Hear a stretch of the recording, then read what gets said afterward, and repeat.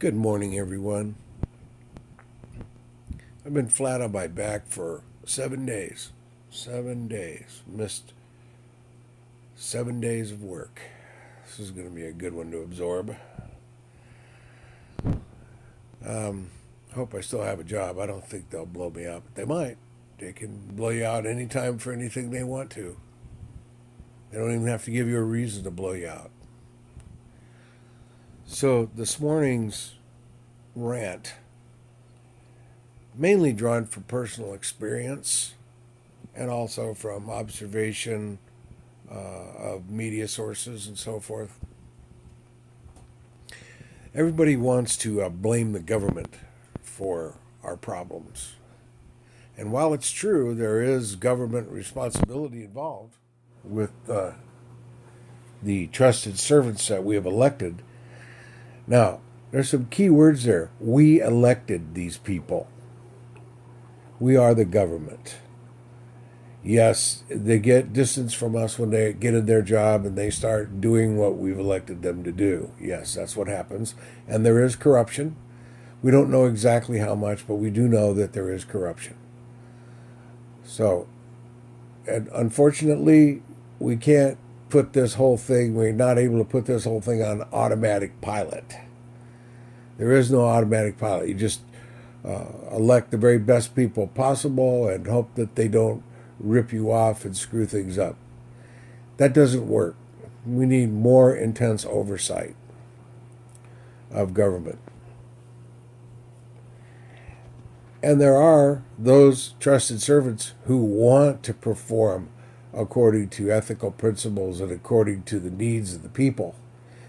See, the other problem is that a lot of these politicians basically are paid off. Their constituents are not you and I living in our homes voting in the elections. Their constituents are actually their donors, the big donors. Now, they will tell you and show you that they haven't favored them, and they'll come up with all these nice little niceties about that. That's just very simply not true. Most of the time, these representatives, especially if they're Republicans, vote in the interest of business and not the people. Their constituency is largely not the people, it's businesses.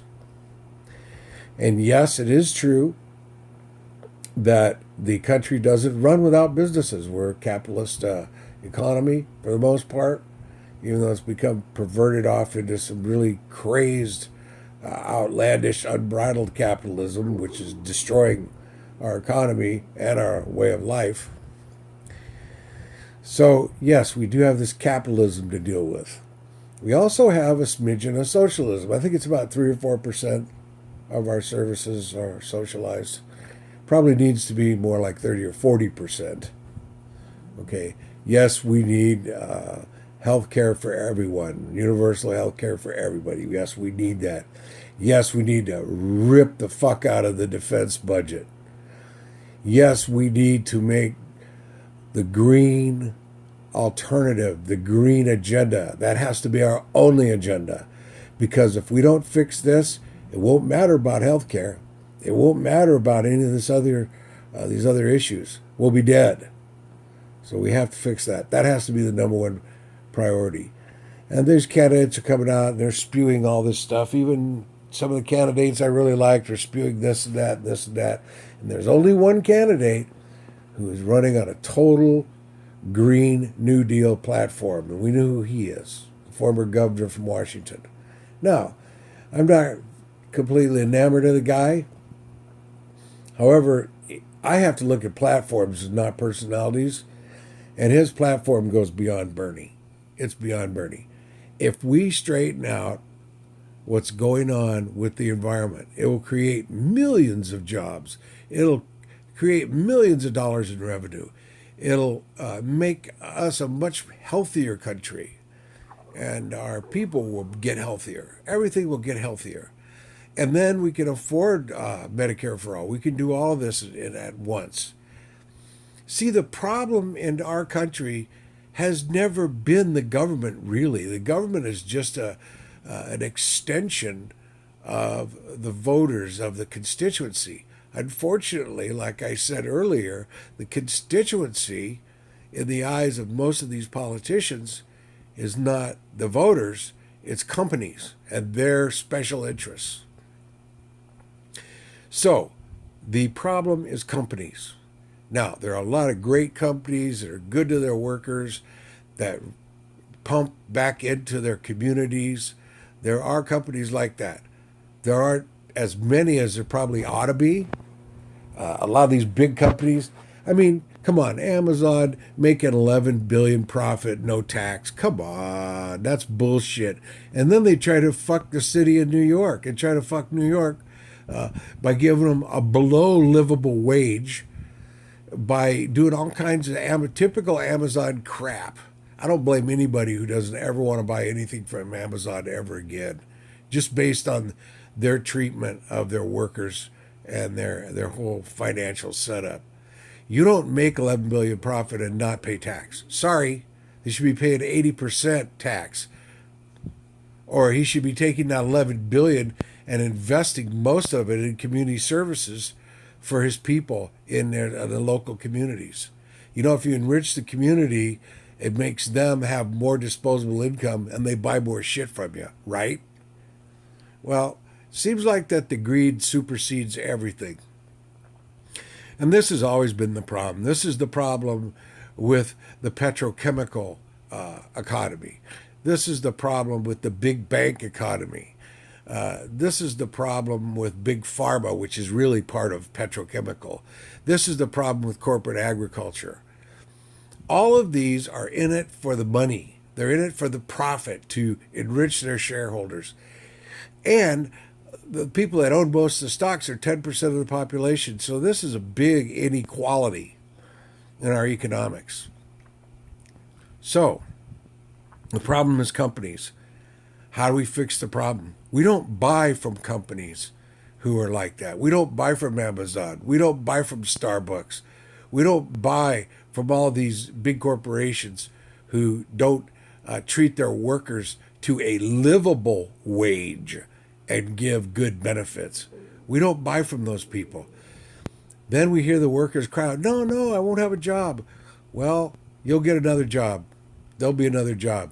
Hopefully with a small local company who can pay you a livable wage, who will be glad to have you there, and you can be part of like a family instead of a corporate slob structure. So, yes, and there are big corporations who do treat their people well. There are big corporations who really build a sense of community and camaraderie. There are. Few and far between, but they do exist. And that's where we need the work. We need the work on the companies. We need to not buy from companies who don't pay their workers a livable wage. We need to not buy from companies who are fucking people overseas. We need to not buy from companies who don't do the majority of their manufacturing here. You see, if we had the type of tariffs that reward people, reward companies for manufacturing their products here and employing people here, if we had those type of rewards, we'd get more. And the way to do that is to tariff their foreign-made goods. Tariff the fuck out of them. Make them so expensive you have to buy local-made goods. When you do that, you force the equation the other way, and you have a reinvestment in our society. Yes, maybe you make a little bit less profit, but is it really worth it to have more profit and more unhappy people, or less profit and more happy people? What's worth it?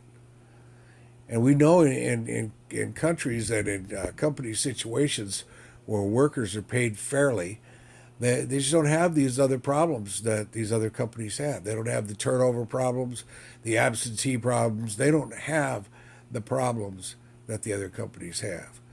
So yeah, the problem from day one in the United States of America has been business. That's the problem. The country is not a business. The government is not a business, even though it interacts with businesses, and that's one of its primary functions. Primary function is to have oversight on businesses so they don't rape the public. And essentially, this is what a lot of the big companies are doing. They're getting away with financial murder. They don't pay their people enough. They're not giving the best benefits.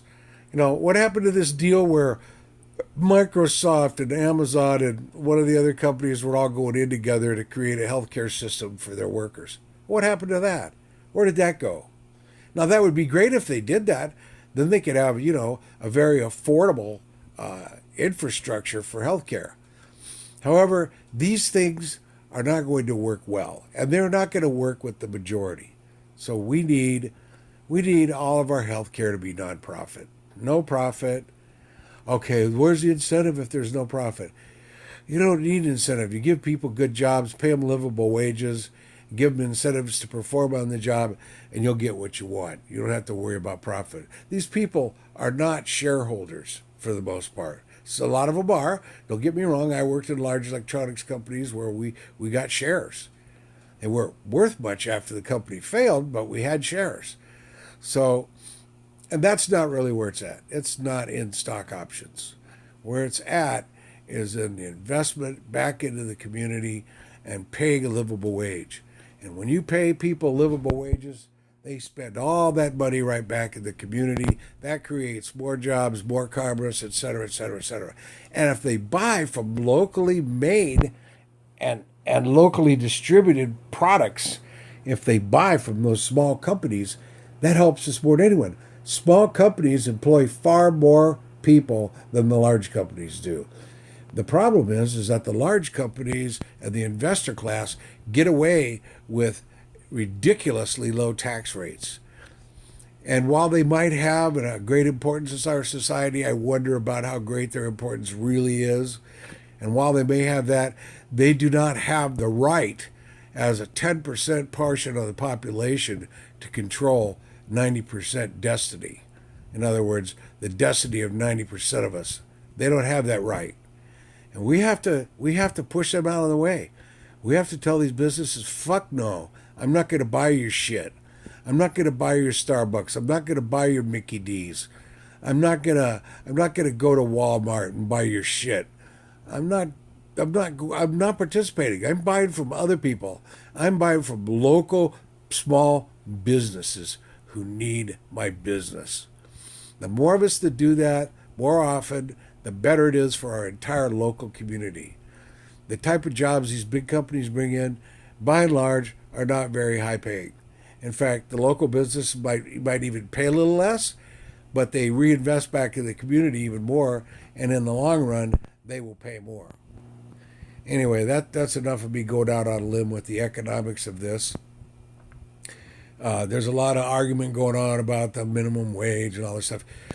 Here's the problem. People are too worried about the money and the finances. People are not concerned with our general overall well-being. We have a fucking catastrophic crisis going on right now. And until we take drastic steps, i.e., the climate catastrophe, guess what? There's a climate catastrophe happening as we speak. And what are we doing about it? Not much. Not enough to stop it. And it has to be stopped. And we have to put reversal methods in place. And this could be a huge business enterprise that employs millions of people. So, everybody, hey, the problem is not the government. The problem is companies and corporate greed and the investor class. Those are the problems. We need to tax the fuck out of them. We need to bring businesses back, even at a much lower profit, so that local communities can be enriched. That's what we need to do.